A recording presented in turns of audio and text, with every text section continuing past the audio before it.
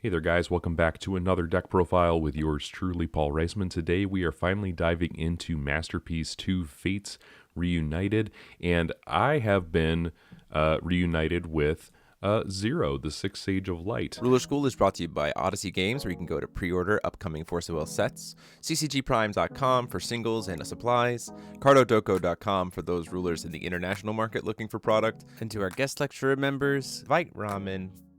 Class is in session. I actually never played this ruler back in the day, back when Lapis Cluster was initially released, so I was actually really interested to see what this deck would do in my hands. Very classic ruler in terms of being able to stun the opponent, slow them down, and then just get rid of them based on their symbol skills now that we have the Apple Regalia. So on her front side, she's a human in Six Sages.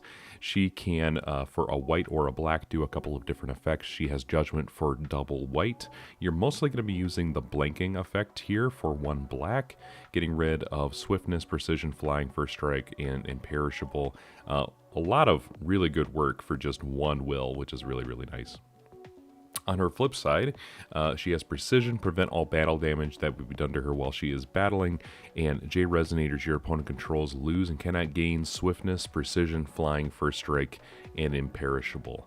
Notably, we have a lot more keywords now, so there are some things she's not going to blank on either side, so just be aware of that. There are some things that pretty commonly exist across all of Force of Will, which is, things like Swiftness, Precision, Flying, Imperishable, things like that. But what she doesn't get rid of, the Apple will help get rid of. So if you start the game, this will be your sub-ruler, and calling a stone does not cause Zero to rest, which is really advantageous for you. Entities your opponent controls will also lose Eternal and Barrier, and light resonators that you control that enter the field with Young Master or zeros in their name will gain an additional +3/+3 and ramp you a stone if it's a light stone type magic stone.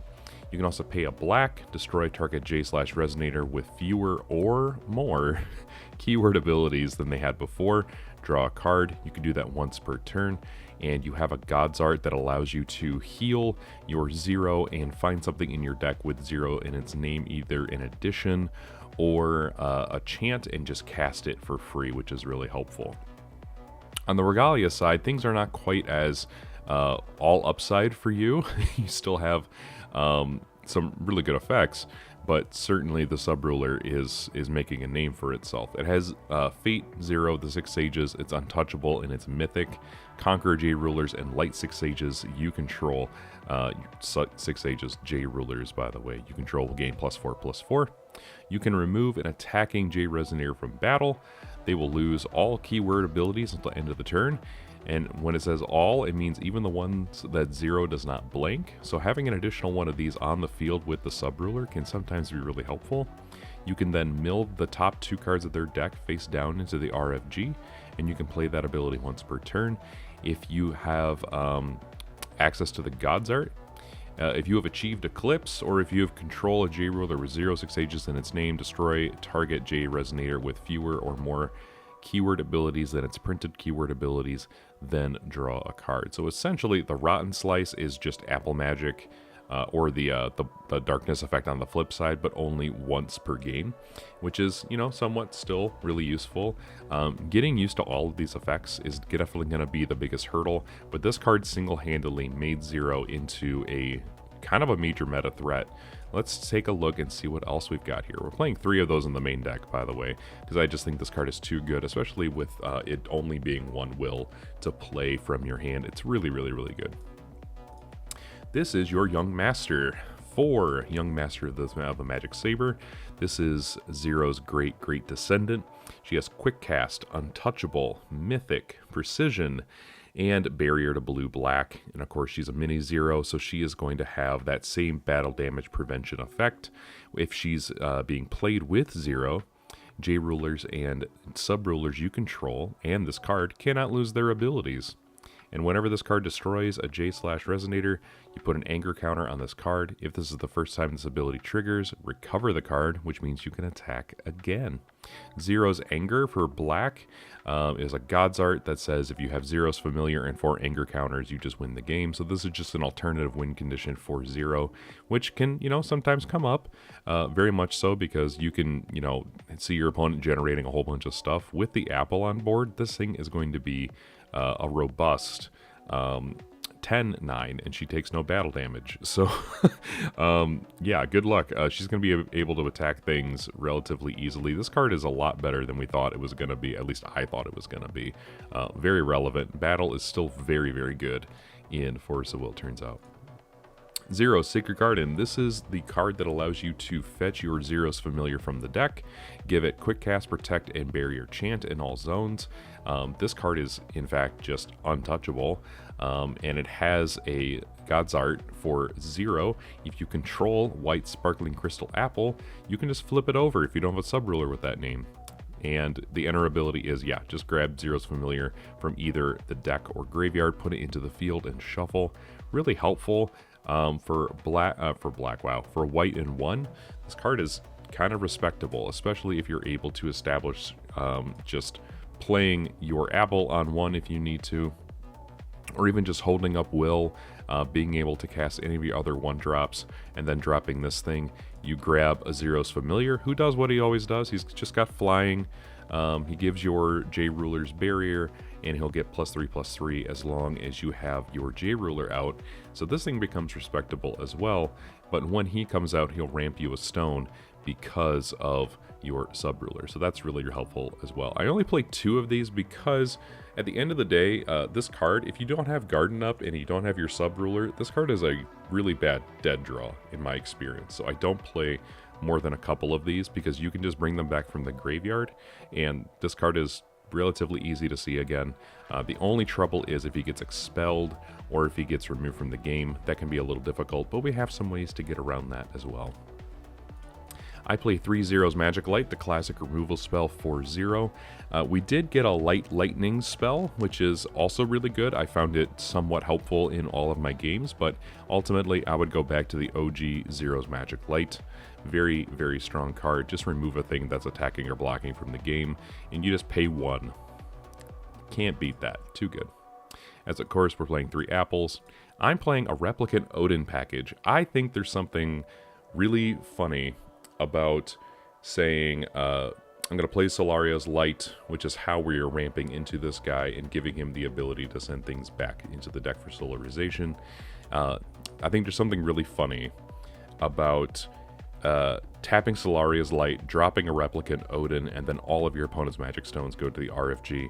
I just think there's something about that makes me feel very happy, especially against the Fox matchup. So now, even if you get a Griffin out or something, your Killing Stone is just gone.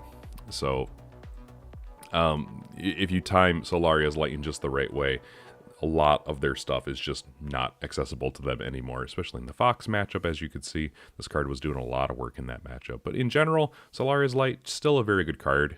Just saying your stuff doesn't go to the graveyard anymore is a really powerful effect.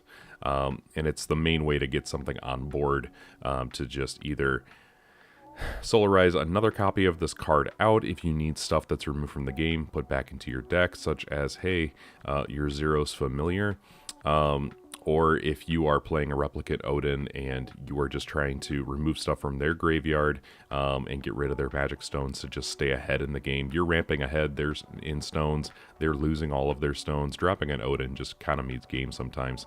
Plus, he's kind of a tertiary, secondary win condition outside of Zero herself and 4, so I like having at least 2 or 3 win conditions in the deck. Girl Staring At blanks the field. Hey, you had keyword abilities, not anymore. I'm gonna pop you now. That's kind of what Girl Staring At says, plus it draws you an extra card. Really helpful. 4 Dark Alice Rabbit Princess. There are times in which I found myself playing against decks like Viola, which are really keen to give you cards that will lose you the game. And so turning those cards into more cards for you is really good. Plus, if you have extra gardens, and I'm playing 4, after garden is done, it doesn't really do much outside of just buff your bird. So if you don't have a bird and you need to get something into the graveyard and you have turned on Solaria's Light, you can Dark Alice, sack your garden, it goes to the RFG, and then you can solarize it later for a Replicant Odin, putting this back into the deck and allowing you to either get another Zero's Familiar or take another one of your important cards and put it back into the deck as well. I'm somebody who likes interaction in my control decks. I've seen a lot of people in my area just not play any sort of tertiary color with Zero. I'm playing blue. I think Curse Mirror is really helpful, especially in decks that have really powerful 1-drops or really powerful activate abilities. We're starting to see that kind of crop up again. This card is really helpful for just stopping that. Plus we have Reissmann to stop automatic triggers, and her abilities are going to be pretty huge, especially now with Fox back in the meta, and just a ton of other things that are just going to come in and impact the game state pretty heavily. So I'm playing 4 Reissmann as well. And then I'm playing Alabaster because it's just Muse Spirit that grabs you a Dawn of the Earth. So just be aware of that. This card is very, very, very good right now. This card actually did so much in my game against Jeremy. I'd highly recommend that you keep your eye on this card. This card is one of the more powerful cards in the format. Magic Stones include 1 Stone of the Dragonoids and a playset of Light Vapors for access to blue. We have Ancient Magic Stone, and we have 4 Heaven's Rift to round it out. We need to make sure that we have Light Magic Stone types so that whenever we put a 4 or a bird into the field with our sub-ruler, we can just ramp a stone without any issues whatsoever. Of course, we're playing a couple of Spirits of the Crimson Moon in the sideboard, and you can kind of fill this out as well. But let's take a look at the Paradox version of this deck. This is the deck that's going to be legal in Paradox. For the most part, the deck does not change all that much in its main deck. The only thing you can play is Girl Staring At, which I just replaced a couple of Vacuous for the Girl Staring At. This card is just, in general, really nice. It allows you to get around things like Eternal. If for some reason you don't have your Apple online yet as your sub-ruler, this is a good way of just, getting rid of weenies on the field if you're playing against things like Feetsing or other kind of swarm decks. Very, very good card in general, and plus you can just get rid of additions or regalia that are giving you trouble. If they play any one of their regalia that has that does not have barrier, you can just get rid of them for the rest of the game. So I think Vacuous is actually stupendous in this list. And instead of Dark Alice, we're just playing Tony. Tony's here. You can pay black rather than pay this card's cost if you want. He's still quick cast. He still does what Dark Alice does. There you go. It's literally the same deck outside of that. In terms of the Magic Stones, though, every single stone is unfortunately going to have to be a pain land if you want to maintain what this deck is trying to do, which is not great. So if you want to get rid of blue and just play your 2 Eclipse Stones, Gravestone of the Haunted Palace, and your Ancient Magic Stones, and then just play 4 Light Magic Stones, I think that that's totally fine. The trouble is if you want to play Alabaster and then play your Dawn of the Earth, you're not going to have a real good way of doing that. So this is just my preference. I don't mind the pain lands quite so much as they come into the field and deal me damage in order to be recovered. You can also just, if you're ahead, just not pay the life gain. I mean, like, you just not pay the life drain there.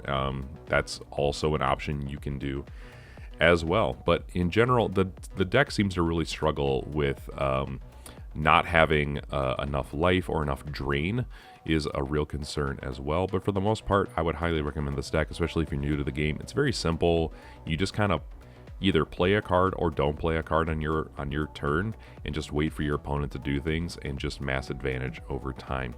Anyway, guys, let me know what you think of this deck down in the comment section down below. Of course, the links to these decks are also in the description for you. They'll be marked for Wanderer and Paradox. If you have anything you would do differently, let me know down in the comment section down below as well. I don't think I have the market cornered on Zero builds. Of course, I've never played her before, so I'd love to hear your feedback. Anyway, guys, while you're down there, hit that like, hit that comment button, hit that like button, leave a comment, ring that bell, and hit subscribe for more content like this. Until next time, guys, this has been Paul saying class is dismissed.